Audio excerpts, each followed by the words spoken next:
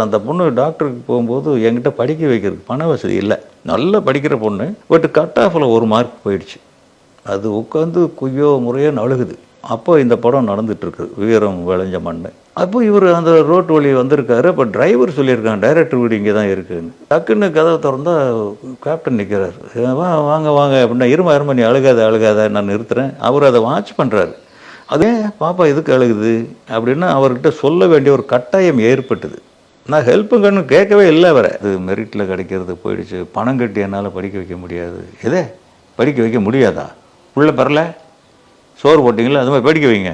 இவ்வளவு தான் சம்பளம். இதில் குடும்பத்தை காப்பாற்ற தான் முடியும் என்னால். மெடிக்கலுங்கிறது பெரிய பெரிய கோடீஸ்வரனுங்க நினைக்கிற படிப்பு. நம்மளால் முடியுமா? முடியலைன்னா ஏன் புள்ள பார்த்தீங்க? அதுக்கு சொல்லுங்கள்.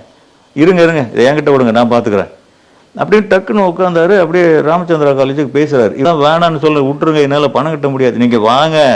உடனே அந்த பிள்ளைக்கு ஷீட்டு வாங்கி கொடுத்துட்டு தான் அவர் போனார். ஒரு கிட்டத்தட்ட ஒரு 80-70 டைரக்டர்கள்ட்ட அவர் ஒர்க் பண்ணியிருப்பார். நானும் ஒரு இயக்குனர் தானே. ஒரு பெண், அந்த பெண்ணு படிக்கணும்னு ஆசைப்படுது.